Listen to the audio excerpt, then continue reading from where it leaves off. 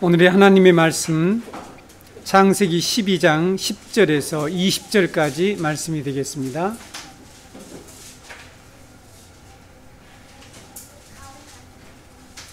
제가 낭독해 드리겠습니다. 그 땅에 기근이 들었으므로 아브라함이 애굽에 거류하려고 그리로 내려갔으니 이는 그 땅에 기근이 심하였습니다. 그가 애굽에 가까이 이르렀을 때에 그의 아내 사레에게 말하되 내가 알기에 그대는 아리따운 여인이라 애굽 사람이 그대를 볼 때에 이르기를 이는 그의 아내라 하여 나는 죽이고 그대는 살리리니 원하건대 그대는 나의 누이라 하라. 그러면 내가 그대로 말미암아 안전하고 내 목숨이 그대로 말미암아 보존되리라 하니라. 아브라함이 애굽에 이르렀을 때에 애굽 사람들이 그 여인이 심히 아리따움을 보았고 바로의 고관들도 그를 보고 바로 앞에서 칭찬함으로 그 여인을 바로의 궁으로 이끌어 들인지라. 이에 바로가 그로 말미암아 아브라함을 후대함으로 아브라함이 양과 소와 노비와 암수 나귀와 낙타를 얻었더라. 여호와께서 아브라함의 아내 사레의 일로 바로와 그 집에 큰 재앙을 내리신지라. 바로가 아브라함을 불러서 이르되 내가 어찌하여 나에게 이렇게 행하였느냐? 내가 어찌하여 그를 내 아내라고 내게 말하지 아니하였느냐? 내가 어찌 그를 누이라 하여 내가 그를 데려다가 아내를 삼게 하였느냐?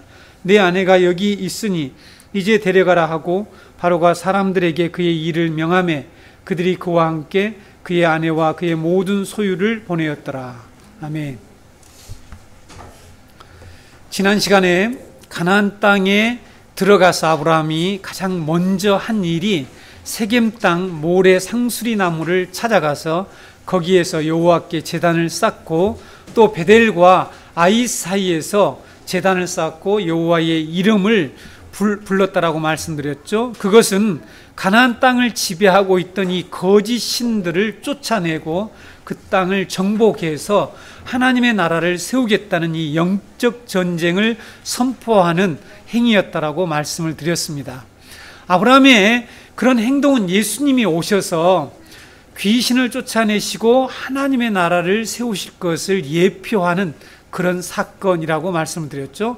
마태복음 12장 29절에 사람이 먼저 강한 자를 결박하지 않고서야 어떻게 그 강한 자의 집에 들어가 그 세간을 강탈하겠느냐? 결박한 후에야 그 집을 강탈하리라 라는 말씀을 하셨죠. 예수님께서 이렇게 예수님이 이 땅에 오셔서 이 세상에 오셔서 세상을 지배하고 있는 이 사단의 세력을 결박하고 쫓아내시고 하나님의 나라를 세우실 것을 모형으로 보여주는 그러한 행위였다라고 말씀을 드렸습니다.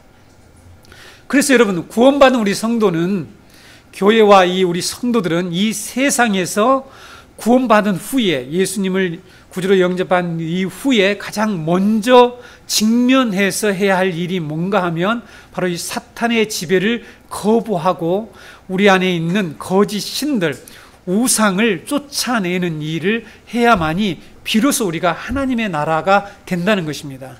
우리가 하나님의 나라를 확장케 해달라, 하나님의 나라를 이루게 해 주옵소서, 하나님 나라 건설을 위한 사역, 이런 얘기들을 교회에서 우리가 많이 하는데 이 하나님의 나라가 어떻게 이루어지는가 하는 것을 성경이 우리에게 분명히 보여줍니다. 우리 안에 있는, 우리가 이전까지 지배를 받아왔던 그 거짓 신들의 지배를 거부하는 거예요. 거부하고 그것을 쫓아내는 일을 가장 우리가 먼저 해야 한다는 것을 말씀하고 있습니다. 그 일은 우리가 여호와의 이름을 선포하고 예배를 통해서 그런 일을 할 수 있음을 지난 시간에 말씀드렸습니다. 오늘 본문은 아브라함이 이렇게 영적 전투를 벌이고 가나안 땅에 하나님의 나라를 이루기 위해서 동분서주하는 가운데 가나안 땅에 기근이 들었습니다. 그래서 이 기근으로 인해서 애굽으로 내려갔다가 하나님의 특별한 간섭으로 다시 가나안으로 돌아오는 이 아브라함의 출애굽에 관한 그런 사건이죠. 본문 10절을 보면 하나님의 약속을 믿고 순종함으로 들어온 그 땅이죠. 순종으로 들어왔죠. 믿음으로 들어온 그 땅, 가나안에 기근이 들었다라고 기록하고 있습니다. 하나님 말씀에 순종해서 믿음으로 가나안 땅에 들어왔고, 또 들어와서 이렇게 상수리 나무를 찾아다니며 하나님께 열심히 예배를 드리고 가나안 땅을 지배하는 거짓 신들을 쫓아내는, 즉 하나님의 나라를 이 건설하는 일을, 이런 믿음의 삶을 살았는데, 아브라함에게 찾아온 것이 무엇입니까?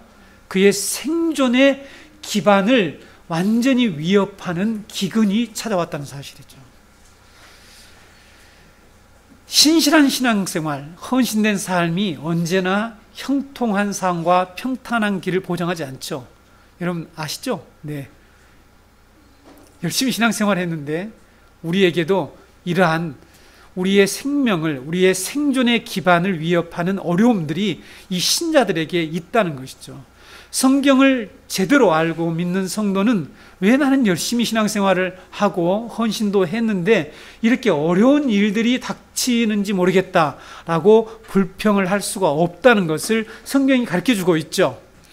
신실한 신앙생활이 현실의 축복을 보장하는 것처럼 믿거나 가르치는 것은 성경적이지 않죠. 네, 분명히 짚고 넘어갑시다. 다시 한번. 네, 이것을 뽑아내는 것도 우리 안에 있는 우상을 제거하는 것이라고 제가 생각하기 때문에 자주 말씀드린 거죠.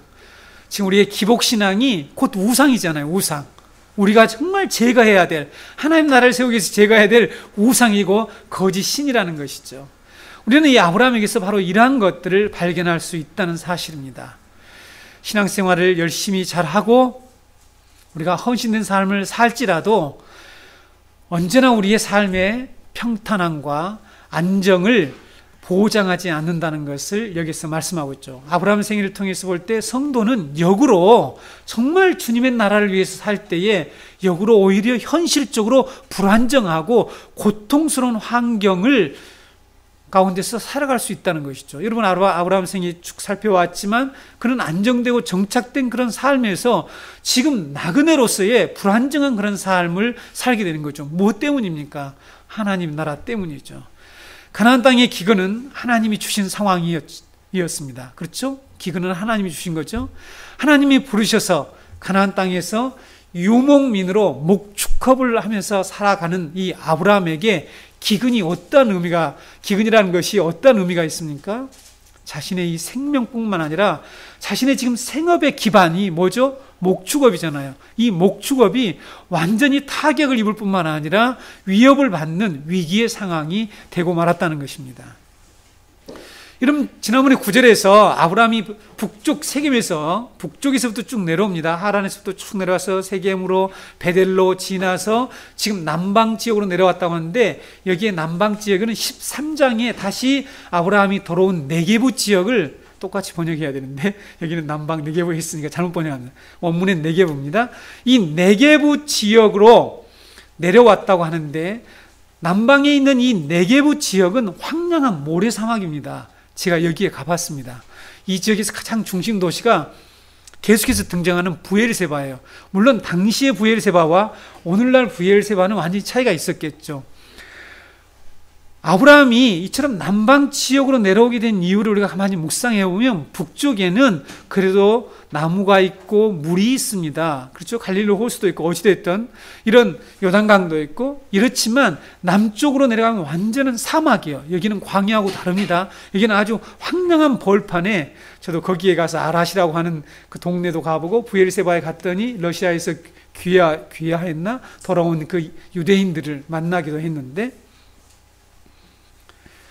이렇게 북쪽에서는 가나안 원주민이 정착을 하고 있으니까 아마 그들이 정착할 수 없어서 이렇게 사람이 살지 않는 황량한 이런 네게부 지역으로 내려온 것 같습니다. 그런데 이렇게 북쪽과 달리 비가 오지 않으면 도저히 생존할 수 없는 곳이 바로 이 남방 지역, 네게부 지역이라는 것입니다. 이 지역에 설상가상으로 기근을 만났다는 사실입니다. 여러분 아브라함이 어떻게 살았습니까? 과거에 살았던 이 우르와 하란은 주위에 유프라테스 강과 티그리스 강이 흘러서 물이 풍부하고 사람들이 이 수로 시설과 관계 시설을 만들어서 어떻게 했다고 그랬습니까? 물 자원을 스스로 자기들이 제어할 수 있었다는 것이죠. 그래서 그것을 가지고 농업을 하고 그들이 자신의 생존의 문제를 다시 말씀드리면 인간 스스로, 자기 스스로 어느 정도 해결할 수 있는 그런 곳이었다라면, 아브라함이 살던 과거입니다. 자신들의 생존 문제를 스스로 해결할 수 있었던 곳이라면, 하나님이 지시해서 들어온 이 가나안이란 땅은 인간의 생존에 절대적으로 필요한 중요한 이 물이라고 하는 자원을 인간이 스스로 제어할 수 없는 곳이었죠. 제가 지난번에 말씀드렸죠. 네, 그 땅은 오직 하나님이 내려주신 비에 의존해서만 살아갈 수 있는 땅, 즉 믿음을 요구하는 땅이죠.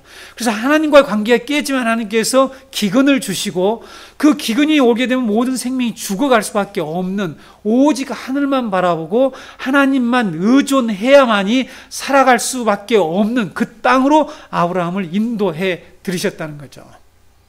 하나님은 인간이 스스로 자신의 인생과 생명을 제하며 살 수 있었던 이 메소포타미 지역에서 아브라함을 부르셔서 오직 하나님만 바라보도록 하며 살게 했다는 사실, 이것이 바로 이 믿음의 생활이라는 것입니다. 이것을 우리가 기억을 해야만이 비로소 하나님의 나라를 우리 가운데 이룰 수 있다는 사실입니다.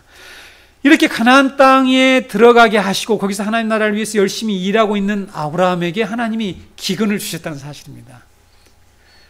여러분, 우리 인간이 항상 바라는 것이 무엇이죠?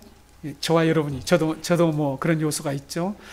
우리가 항상 바라는 것, 우리가 항상 원하는 게 뭡니까? 우리의 이 생존 문제를 우리 스스로가 어떻게 해결할 수 있는 환경을 만들자는 거죠. 맞습니까? 이 세상 살아가는 사람들이 그렇지 않습니까? 자기의 이 생존의 문제, 자기의 생존의 문제를 자기가 스스로 제어할 수 있는 환경을 만들려고 하는 것이 이 세상 살아가는 사람들의 목표예요. 실제로 그렇습니다. 그렇죠? 자기의 생명을 보장할 수 있는 환경을 만들어서 자신의 이 안전을 확보하려는 것이 인간들이 가장 원하는 일이죠.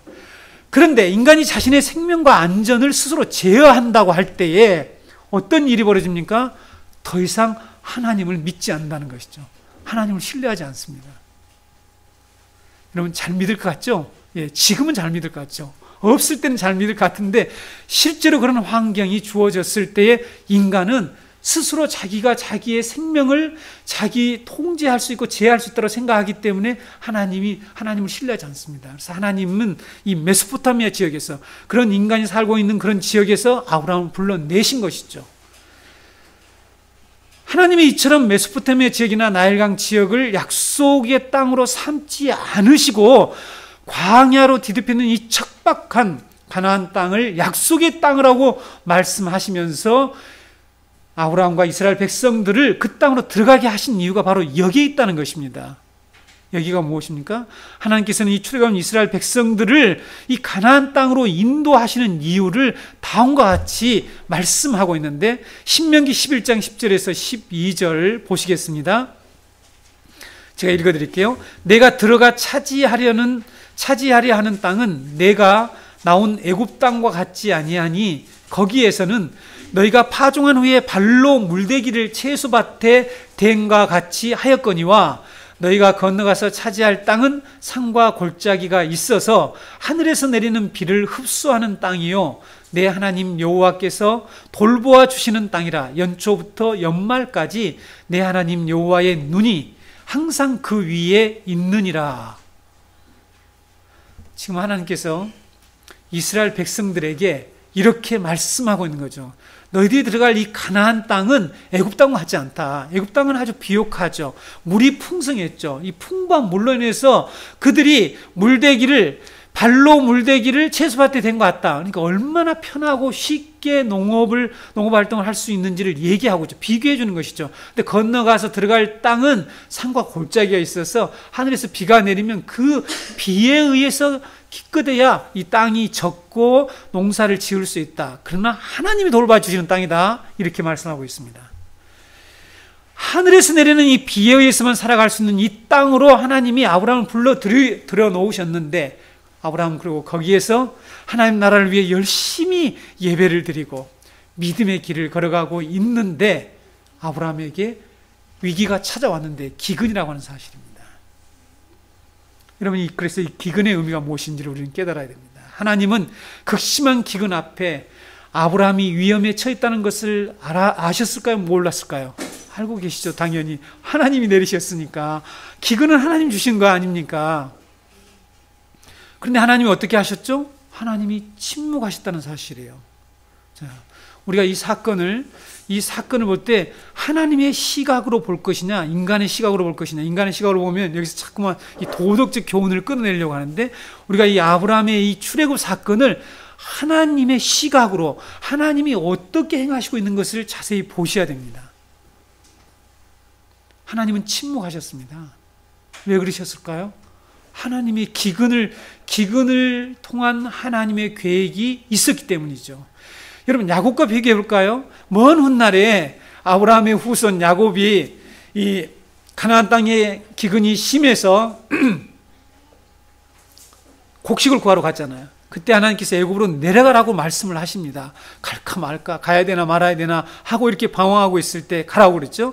창세기 46장 3절에 보게 되면 하나님이 이르시되 나는 하나님이라, 내 아버지의 하나님이 애굽으로 내려가기를 두려워하지 말라, 내가 거기서 너로 큰 민족을 이루게 하리라 하고, 아브라함에게는 침묵하셨던 하나님이 야곱에게는 애굽으로 내려가라, 내가 계획이 있다. 그 계획이 뭡니까? 큰 민족을 이룰 것이다. 거기서 이렇게 하나님의 계획을 말씀해 주셨습니다. 그러나 아브라함에게는 아무런 계시를 주시지 않았다는 사실이죠. 아브라함에게는 기근을 통해서 다른 계획을 가지고 계셨기 때문이겠죠. 그래서 하나님께서는 침묵하셨습니다. 그러면 아브라함을 향한 하나님의 계획이 무엇이었을까 하는 거죠. 아브라함의 신앙을 연단시켜서 믿음의 조상으로 성장시키는 것이 아브라함의 계획이었다는 사실입니다.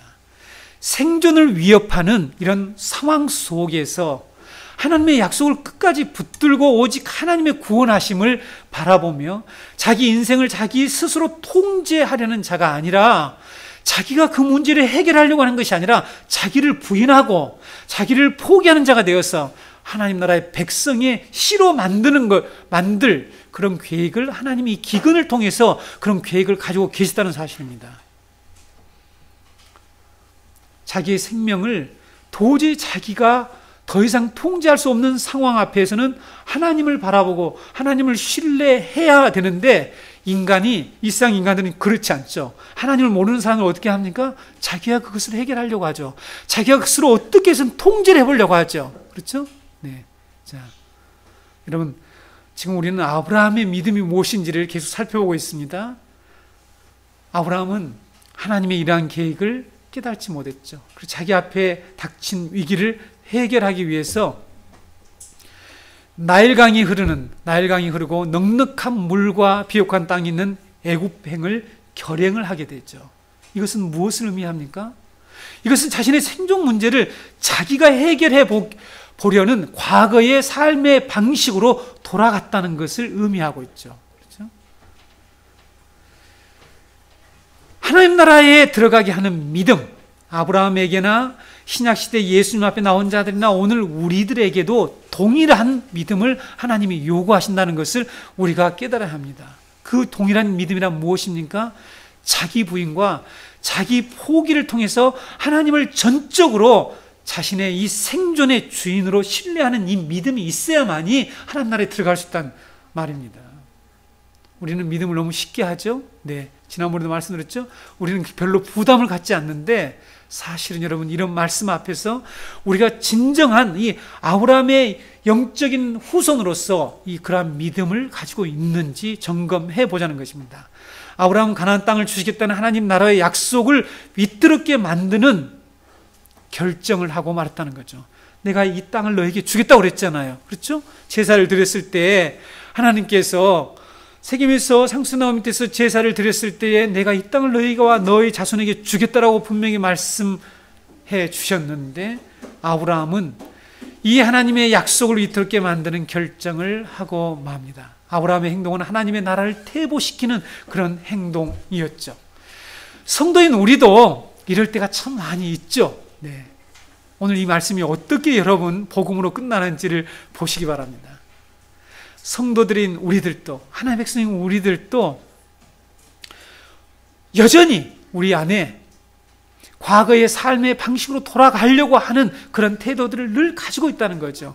이것을 우리가 계속해서 말씀을 통해서 말씀의 통치를 받아 나가면서 이걸 떨쳐버리는 것이 우리의 믿음의 여정이죠. 성도가 하나님의 통치를 전적으로 신뢰하지 않고 자신의 생존을 자기의 힘으로 해결하려고 하는 것은 분명히 하나님이 나를 퇴보시키는 그런 행위라는 것을 우리가 먼저 기억해야 합니다. 아브라함은 그런 일을 지금 하고 있는 것입니다. 그런데 여러분 11절 13절의 말씀을 보게 되면 애굽으로 내려가는 아브라함이 두려워하고 있는 것을 볼 수가 있습니다. 네, 무엇을 두려워합니까? 자기의 목숨을 두려워하고 있죠. 자기의 목숨을 잃을까 봐 두려워하고 있습니다. 그래서 아브라함이 두려워하면서 어떤 일을 합니까? 자기의 목숨을 보존할 이 대비책을 아내와 같이 세우는 거죠. 근데 자기의 목숨이 어떻게 해서 잃을까 두려워하냐면 자기 아내가 너무 미모의 여인이라서 그 미모 때문에 애굽 사람들이 자기를 죽일까 봐 두려워합니다. 이 생명의 위협을 느끼는 것에 대해서 두려워하고 있죠. 자기 아내의 사례를 루이로 속이기로 아내와 합의하는 이런 대비책을 세우는 것을 여기서 볼 수가 있습니다. 여러분, 우리가 이때 상황에 좀 돌아가서 이 말씀을 보셔야 되는데 우리는 여기에서 비굴하지 않냐, 자기 목숨 살려고 아내를 이렇게 누이라고 속이고 자기만 살려고 하는 그 태도를 비겁하게 볼 수가 있지만 실제로 여러분 당시의 이 사회적 상황에서는, 당시의 문화적 상황에서는 그렇게 하지 않는 것이 혹시 더 오히려 웃음꼴이 되는 거예요. 왜 그런지 아세요? 당시에는 일부 다처제고 힘 있는 자들이 얼마든지 예쁜 여자를 취할 수 있는 그런 상황이죠. 뭐 실제로 오늘날도 그런 일들이 있기는 합니다만은. 그런데 아브라함이 누굽니까? 아브라함은 족장이에요.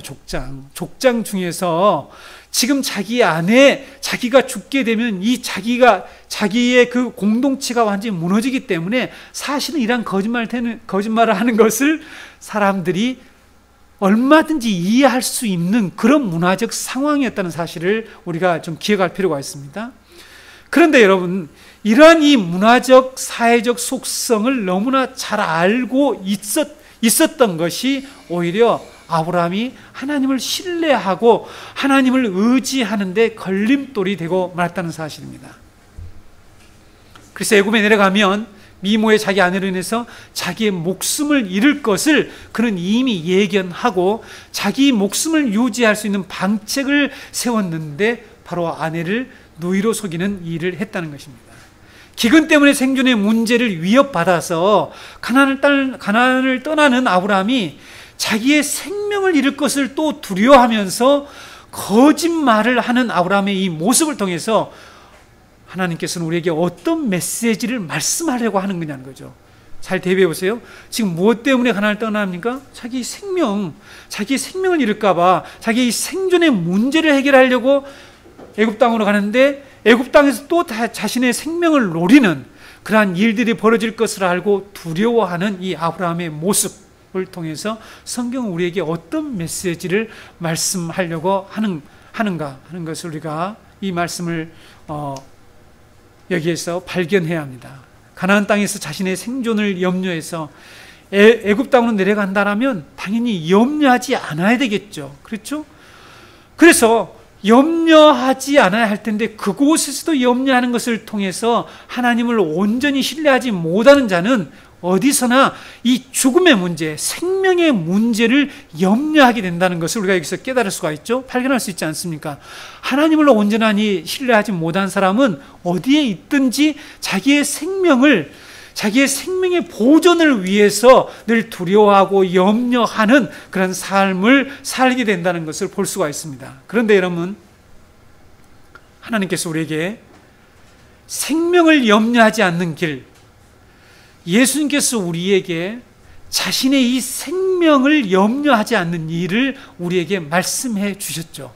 그것이 무엇입니까? 마가복음 8장 35절에 보게 되면 누구든지 자기 목숨을 구원하고자 하면 잃을 것이요 누구든지 나와 목숨을 위하여 자기 목숨을 잃으면 구원하리라 라는 이런 말씀을 하고 있습니다. 그럼 이 말씀이 지금 이 아브라함의 오늘 이 본문의 사건과 어떻게 연결되는지를 보시기 바랍니다. 아브라함은 자기 목숨을 구원하고자 지금 어디로 내려가고 있습니까? 애굽으로 내려가고 있습니다. 자기 목숨을 구원하고자 하는 거죠. 그러면 하나님께서 잃는다고 그랬습니다. 예수님께서 잃는다고 그랬죠. 그러나 나와 복음을 위하여 자기 목숨을 잃으면, 자기 목숨을 포기하면 구원하리라 라는 말씀을 하고 있습니다. 복음을 위해서 자기의 목숨을 포기하게 되면, 다시 말씀을 해서 자기 목숨을 구원하려는 이 시도를 하지 않게 되면 하나님은 약속의 땅에서 그의 생명을 보호해 주시고 기근으로부터 구원해 주셨겠죠. 분명히. 예수님께서 이 말씀을 하고 있는 거죠. 그래서 여러분, 우리가 우리의 목숨을 자꾸 구원하려고 이 땅에서 우리의 생존을 염려하면서 살아가려고 할 때에 우리는 점점 이 복음과 멀어지게 되죠. 복음을 잃게 되는 것이죠.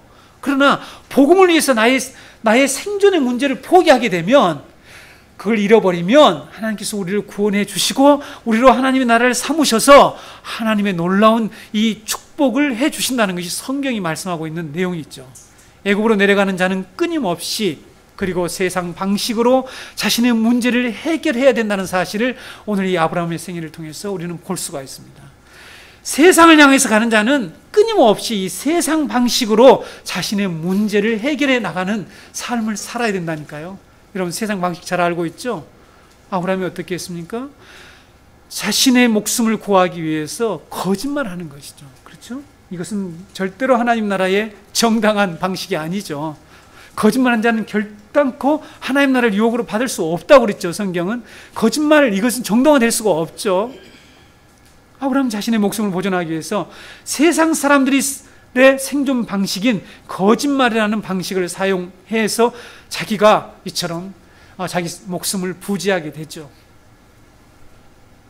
여러분, 한번 생각해 보세요. 아브라함이 거짓말을 해서 아내는 빼앗기고 많은 재물을 얻었을 때 만족했을까요? 네, 많은 재물을 얻었지 않습니까? 그렇죠? 그리고 여러분, 관계적으로 볼 때에 아브라함은 바로의 뭐가 되죠?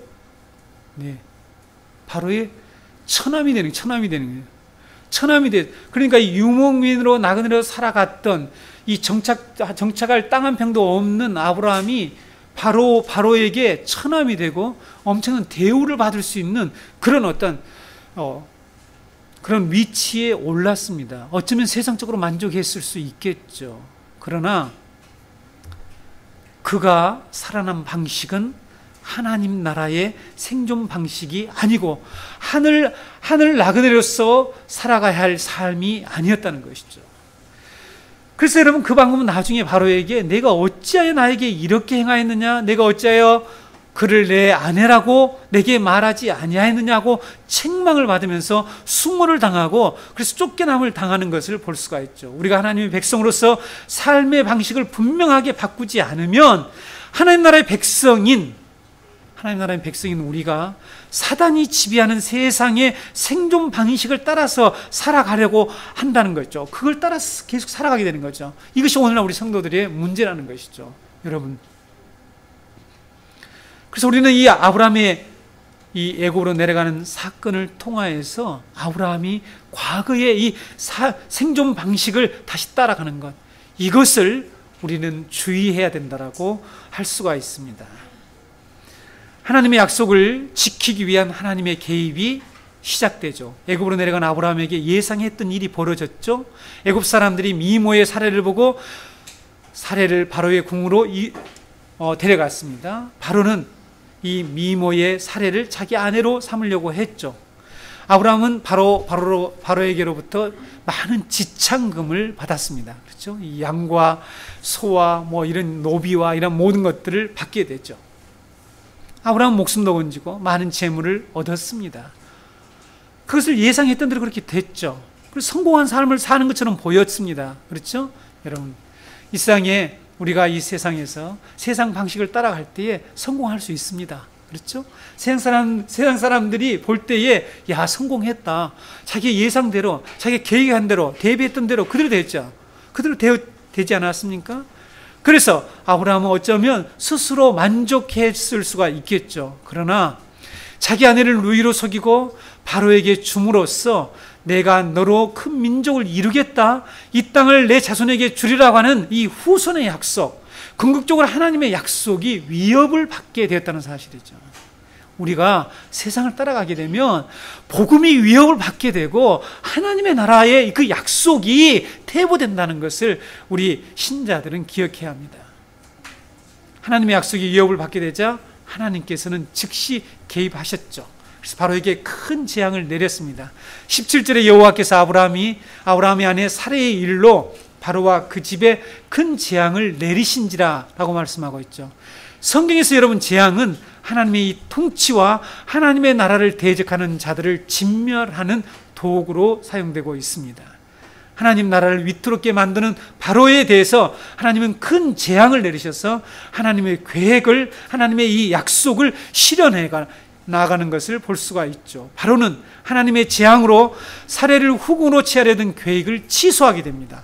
그래서 아브라함을 불러서 책망을 하게 되죠. 너희가 어떻게 해서 이럴 수가 있느냐.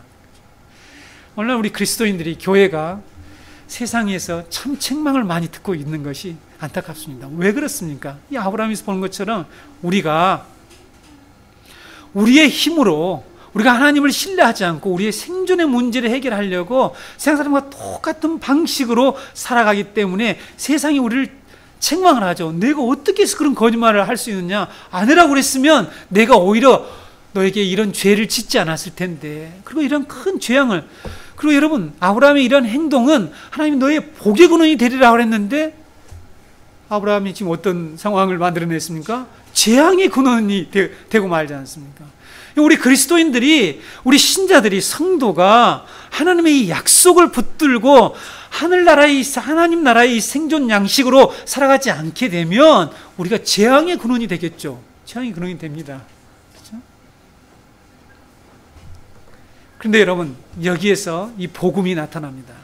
우리 인간은 실수하고 믿음의 길에서 탈선하지만 하나님은 당신의 언약을 보존하시고 반드시 성취시켜 주시는 것을 볼 수가 있습니다. 다음 주에 우리가 살펴볼 13장 1절에서 4절을 보게 되면 아브라함 출애굽에서 다시 과거에 하나님께 제사를 드렸던 베델과 아이 사이로 다시 가서 제단을 쌓고 여호와의 이름을 불렀죠. 여러분, 첫 번째 여호와의 이름을 불렀을 때와 이 두 번째 여호와의 이름을 불렀을 때에 동일하지 않았겠죠. 그렇죠? 첫 번째 불렀을 때는 확신을 가지고 하나님의 그 약속의 말씀을 온전히 신뢰하면서, 그러나 지금은 실패한 후에 여호와의 이름을 부르는 것이죠. 근데 여러분, 이것이 복음입니다. 모세가 출애굽을 해서 지금 가나안 땅을 향해서 올라가는 이스라엘 백성들에게 믿음의 조상 아브라함의 치부가 드러나 있는 이 사건을 왜 그들에게 들려주었을까요? 왜 들려주었을까요? 모세가 이 사건을 이스라엘 백성들에게 들려준 분명한 의도가 있었겠죠. 목적이 있었겠죠. 아브라함의 이 출애굽 사건은 장차 일어날 이 더 큰 출애굽의 예고편이었죠. 그렇죠? 원형이었습니다. 원형. 모세가 아브라함의 출애굽 사건을 통해서 이스라엘 백성들에게 전하고자 한 이 메시지는, 이스라엘 민족의 출애굽은 자기의 민족, 자기 조상 아브라함의 생애 가운데서 이미 성취되고 입증된 하나님의 계획이었다는 것을 그들에게 가르치고 싶어서 이 사건을 말씀하고 있다는 사실입니다. 아브라함의 출애굽은 이스라엘 민족 출애굽의 원형이고 장차 그리스도 안에서 이루어질 이 영적인 출애굽을 예표한 그러한 사건이었습니다. 아브라함의 출애굽과 이스라엘 민족의 출애굽을 여러분 비교해 보면 아브라함의 이 출애굽과 이스라엘의 출애굽이 너무나 똑같다는 사실이죠. 아브라함이 기근 때문에 애굽에 내려갔죠. 이스라엘 민족이 어떻게 해서 애굽에 내려갔습니까? 기근 때문에 내려갔죠. 그렇죠? 창세기 43장 1절에 보게 되면 그 땅에 기근이 심하고, 그래서 기근 때문에 야곱의 자식들이 계속해서 이제 요셉은 이미 애굽에 가 있었죠. 그때 양식을 구하러 계속 가죠. 그러다가 모든 소유를 이끌고, 아까 하나님의 말씀을 듣고 모든 소유를 이끌고 애굽으로 내려갔습니다. 애굽에 내려간 이 가족이 70명, 그들이 이스라엘 민족이 큰 민족이 되어서 애굽에서 나오게 되죠. 애굽에 들어가던 아브라함이 어떻게 해서 다시 애굽에서 나오게 됩니까? 네, 하나님께서 재앙을 내리셔서 나오게 됐죠. 이스라엘 민족이 어떻게 출애굽을 하게 됩니까? 하나님께서 10가지 재앙을 내리셔서 이스라엘 백성들을 출애굽시킵니다. 출애굽기 11장 1절에 보게 되면 여호와께서 모세에게 이르시기를 내가 이제 한 가지 재앙을 바로와 애굽에 내린 후에야 그가 너희를 여기서 내보내리라. 그가 너희를 내보낼 때는 여기서 반드시 다 쫓아내리니. 재앙이라는 단어가 나오죠. 아브라함이 출애굽할 때에 하나님께서 바로에게 내린 이 큰 재앙과 같은 단어입니다. 이 재앙이라는 단어가 너무 쉬운 단어예요. 나가라는 단어예요. 나가. 잊지 마세요. 재앙이란 히브리 단어가 나가라는 이런 단어인데, 물론 나가라는 뜻이 있는 게 아니고 이 나가라는 단어와 똑같은 단어입니다. 이 재앙을 통해서, 즉 하나님께서는 동일한 방법으로 아브라함과 이스라엘 민족을 애굽에서 출애굽시키죠. 그렇죠? 너무나 같지 않습니까? 그리고 여러분, 마지막으로 아브라함이 애굽에서 나올 때 많은 소유와 함께 나오게 되죠. 마찬가지로 이스라엘 백성들이 애굽에서 나올 때에 똑같이 재물을 가지고 나오게 되는 것을 여러분 기억하시죠? 출애굽기 12장 32절에 36절에 보게 되면 바로가 이렇게 말합니다. 너희가 말한 대로 너희 양과 너희 소도 몰아가고 나를 위하여 축복하라 하며 애굽 사람들은 말하기를 우리가 다 죽은 자가 되도다 하고 그 백성을 재촉하여 그 땅에서 속히 내보내려 하므로 그 백성이 발교되지 못한 반죽 담은 그릇을 옷에 싸서 어깨에 매니라. 이스라엘 자손이 모세의 말대로 하여 애굽 사람에게 은금 폐물과 의복을 구하며 여호와께서 애굽 사람들에게 이스라엘 백성에게 은혜를 입히게 하사 그들이 구하는 대로 주게 하심으로 그들이 애굽 사람의 물품을 취하였더라. 이것을 가지고 나오는 거예요. 이것을 똑같지 않습니까? 네. 출애굽기 12장 38절에 수많은 잡족과 양과 소와 심이 많은 가축이 그들과 함께 있었다라고 이렇게 말씀하고 있죠. 네. 아브라함이 애굽에 들어갔을 때에 지참금으로 받은 거, 그 뭐냐면 소와 양과 낙타와 노비와 이런 많은 것들을 받아가지고 나옵니다. 이렇게 아브라함이 애굽에 들어갔다가 출애굽하는 과정과 이스라엘 민족의 애굽에 들어갔다가 출애굽하는 과정이 똑같습니다. 똑같죠? 모세는 이스라엘 백성들에게 아브라함의 이 출애굽 사건을 들려줌으로써 아브라함에게 약속하신 하나님께서 아브라함을 애굽에서 구원하셔서 가나안 땅으로 다시 돌아오게 하신 것처럼 아브라함의 후손인 너희들도 반드시 그 땅으로 인도하실 것이라는 이 하나님의 약속을 믿고 소망과 확신을 주기 위해서 아브라함의 이 출애굽 사건을 그들에게 주었다는 사실입니다. 너희들은 애굽에서 구원하셔서 약속의 땅으로 인도하실 하나님의 구원 계획은 이미 우리의 조상, 우리 믿음의 조상, 우리의 조상인 아브라함의 생애 안에서 확증되고 성취되었다는 것을 그들에게 전해주는 거예요.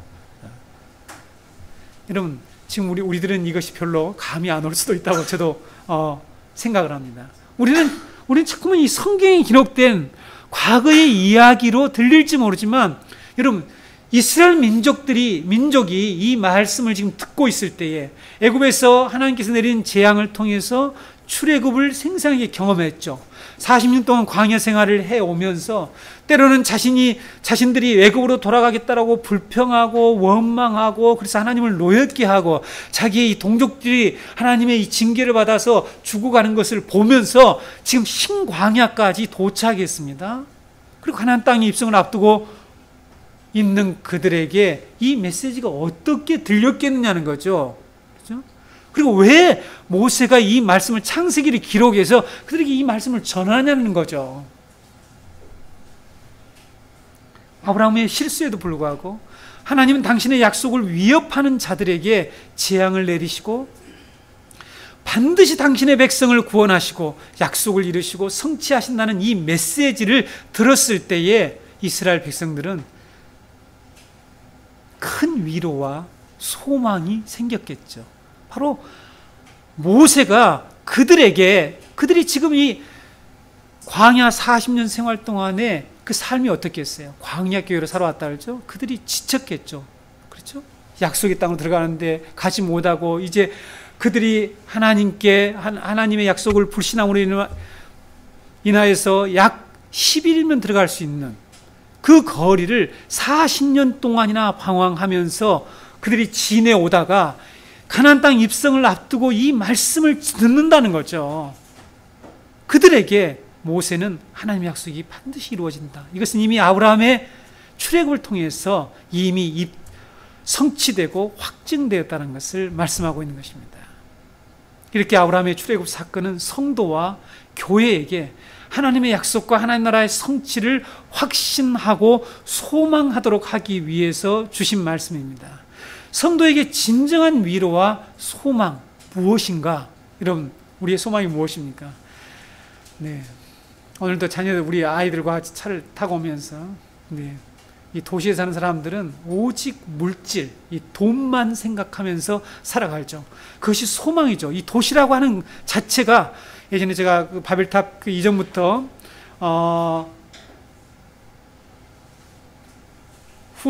가인의 후손들이 쌓은 그 도시를 통해서 도시가 무엇인가, 도시가 어떤 곳인가를 말씀드렸습니다.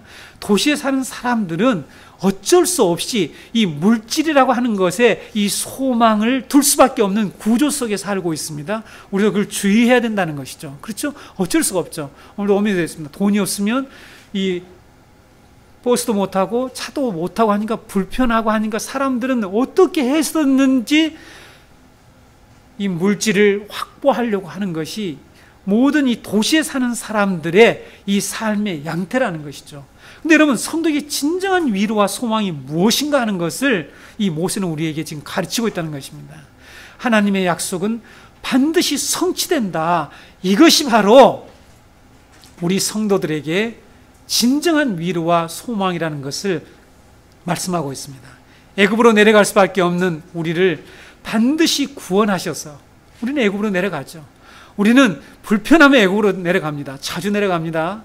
그런데 하나님께서는 그런 우리를 구원하셔서 하나님의 나라를 이루신다는 이 구원의 계획 외에 성도들에게 진정한 소망과 복음은 없다는 사실이죠. 이스라엘 백성들이 모세를 통해서 이 말씀을 듣고 있을 때에 이 광야의 불안정한 이 나그네 삶으로 인해서 고달프고 지쳐 있었을 것이라고 생각합니다. 그렇죠. 뭐 휘바람 불고 다녔을까요? 우리가 성지순례 가면 얼마나 재밌는지 아세요? 성지순례는 막 아주 익사이팅하고 너무 재밌고 새롭고 하니까요. 그 광야의 길을 4시간, 저도 한 6시간을 걸었습니다. 광야 체험하라고 인도자가 해서 걸었는데 얼마나 더운지 모릅니다. 40도 가까이 이 날씨에 광야를 걸어가는 거죠. 그러나 체험이니까 뭐 곧 끝날 거니까 소망이 있으니까 뭐 물 마셔가면서 또 물도 마셔가면서 이렇게 걸어갔는데 이스라엘 백성은 그렇지 않았을 것입니다. 도대체 우리는 언제 약속의 땅을 들어가느냐? 하나님은 언제 우리에게 그 약속의 땅인 가나안 땅을 주시느냐? 하고 그들은 정말 지쳐 있을 것입니다. 그런 이스라엘 백성들에게 이 말씀을 통해서 모세는 참된 위로와 소망과 확신을 주려고 했다는 사실입니다. 그러니까 우리가 이 말씀 우리도 배우면서 아브라함의 실수를 보는 것이 아니라 진짜 이 말씀을 주시려고 하는 그 의도를 우리가 깨달아야 되는 거죠. 아브라함의 출애굽은 광야교회로 이 세상을 살아가는 우리에게, 그리고 때로는 믿음의 삶에서 실패하고 실수하고 그래서 넘어지는 우리들에게 하나님은 당신의 약속을 반드시 성취하시고 하나님의 나라를 반드시 이루실 것이라고 하는 이 위로와 소망을 주시려고 이 말씀을 우리에게 주셨다는 사실입니다. 성도 여러분, 지루하지 않습니까? 이 세상 사는 게 정말 지루합니다. 때로는. 그렇죠? 끝없는 고생, 자식 키워야지 뭐 여러 가지 복잡한 일들이 너무너무 많잖아요. 근데 또 천국이 있다고 말씀하잖아요. 성구는 천국이 있다, 천국을 소망이라고 하는데 그것이 우리들에게 점점 희미해질 때에 우리의 삶은 애굽으로 내려가게 되는 거죠. 그렇죠? 과거로 돌아가서 우리의 이 생존 문제를 하나님께 맡기지 않고 우리가 스스로 해결하려다가 우리는 또 낙심하고 실패할 때가 있다는 거죠. 이런 우리들을 고치는 방법이 있다는 거죠. 그것은 뭐냐면 하나님의 약속은 반드시 성취된다. 아브라함의 생애가 보여준다. 이 말씀을 우리에게 하고 있는 것입니다.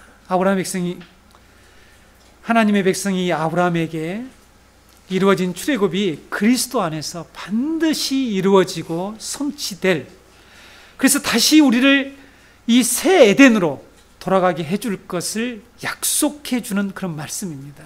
우리도 이 말씀을 붙들고, 우리가 우리의 삶에 이 생존의 위기가 닥친단 말이죠. 여러 가지. 그렇죠? 이럴 때에 우리도 이 소망을 붙들라고, 이 하나님이 약속해 주신 이 말씀을 붙들고 진정한 삶의 위로와 소망을 삼는 저와 여러분이 되시기를 바랍니다.